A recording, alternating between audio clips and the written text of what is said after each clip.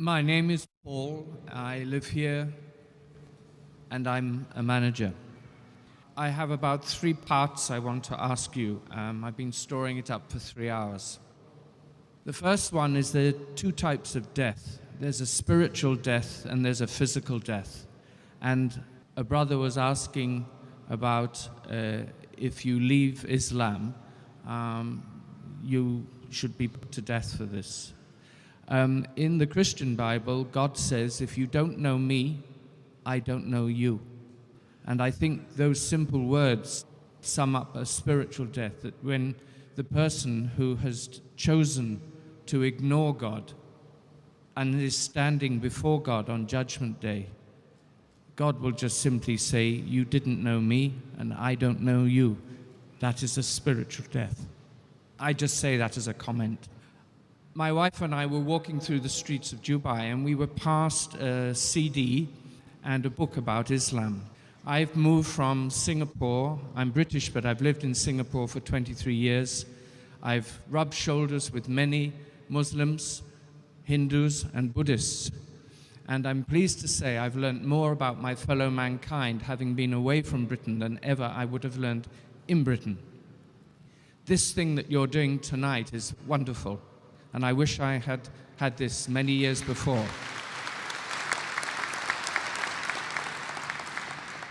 One of the signal absences in this treatise on Islam was nobody talked about the devil, nobody talked about sin.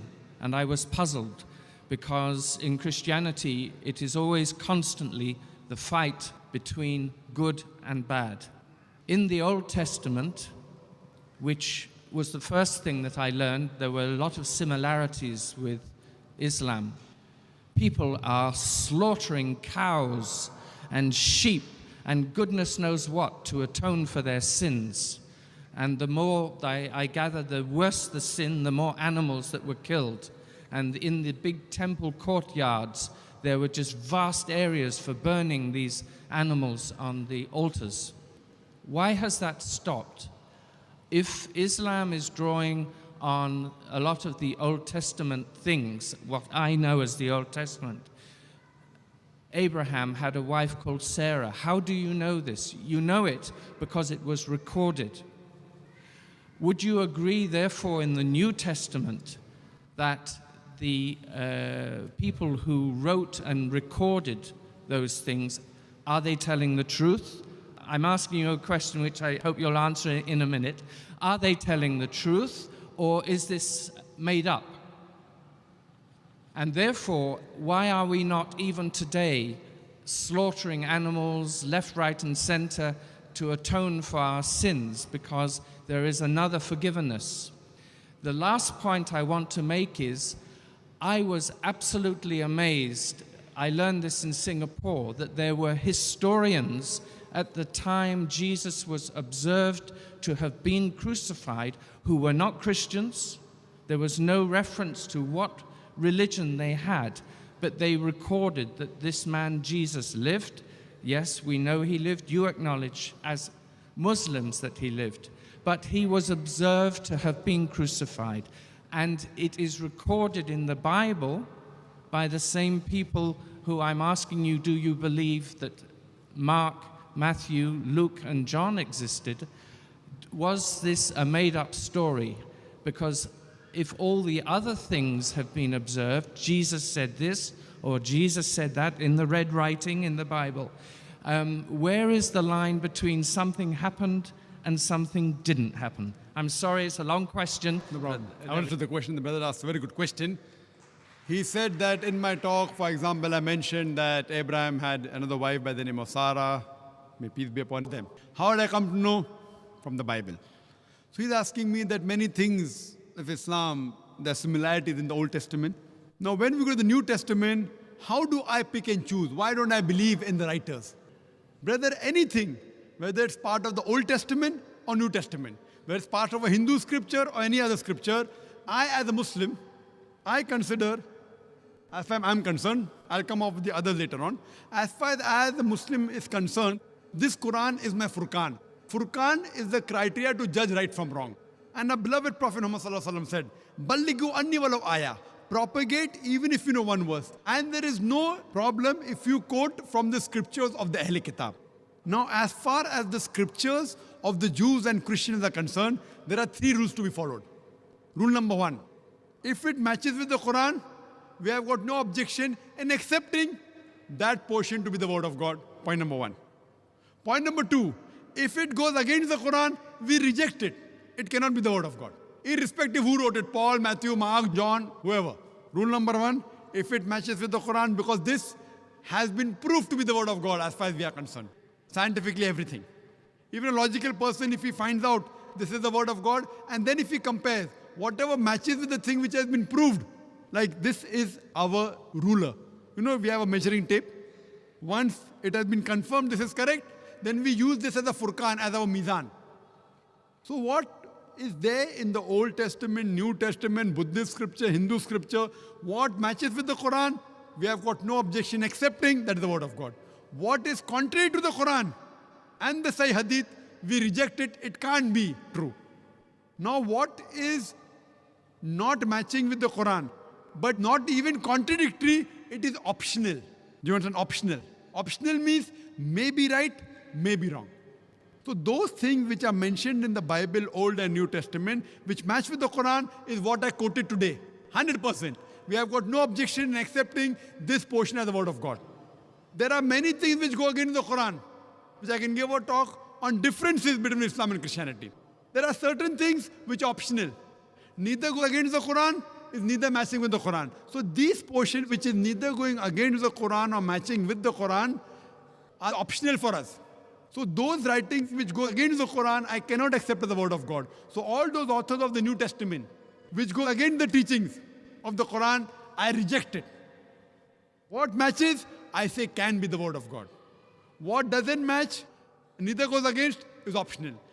As far as a non-Muslim is concerned, we use logic.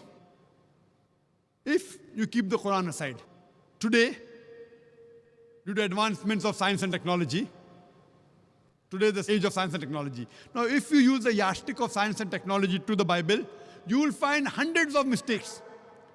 About the creation of the universe, there's a mistake. The Bible says, as I mentioned earlier, that Almighty God, in Genesis chapter 1, verse number 16 to 19, He created 2 great lights, the greater light, the sun, to rule the day, the lesser light, the moon, to rule the night.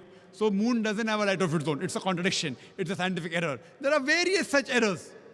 Various. Only in Genesis chapter number 1, you can find plenty errors. There are mathematical contradictions.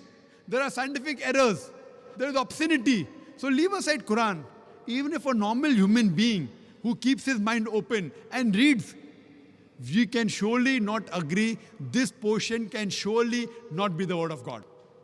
If there are scientific errors, if there are contradictions, if there's pornography, any normal human being who has an open mind will never accept this thing to be the word of God.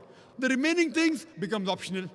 So this is what we use, brother, as a strategy to identify. So a student of comparative religion, whenever he picks up a scripture, he uses the strategy and he tries and reads the scripture, and then he analyzes how good, how authentic is the scripture, brother.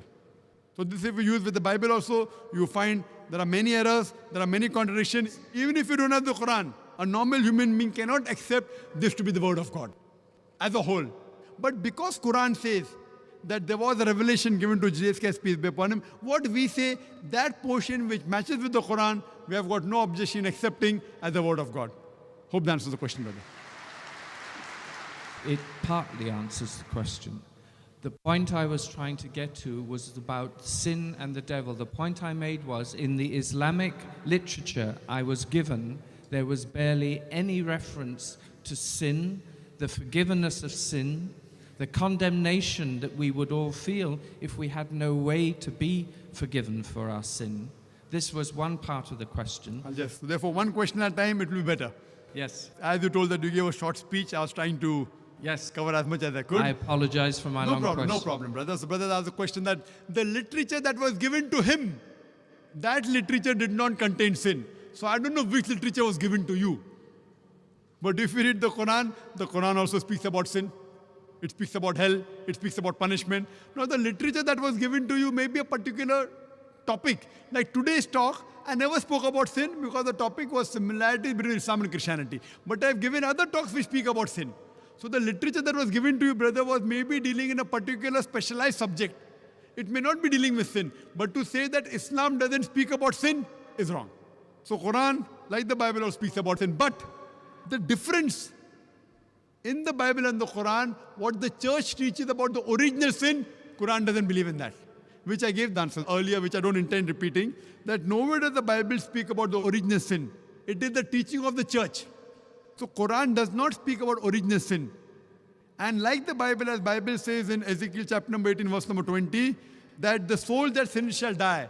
The father shall not bear the iniquity of the son, neither shall the son bear the iniquity of the father. The righteousness of the righteous shall be upon him. The wickedness of the wicked shall be upon him. Similarly, the Quran says, no bearer of burden can bear the burden of others. If you commit a sin, you will be responsible. No one else can bear the burden. So Quran also speaks about reward, speaks about punishment, speaks about sin, various things. In my talk, though I didn't mention sin, but indirectly I did mention also about sin. If you have alcohol, it's a sin. If you have pork, it's a sin. If you do adultery, it's a sin. But I was speaking in the positive aspect. Don't have alcohol. Don't have pork. Don't do adultery. So even the Quran speaks about sin. Hope that answers the question, brother.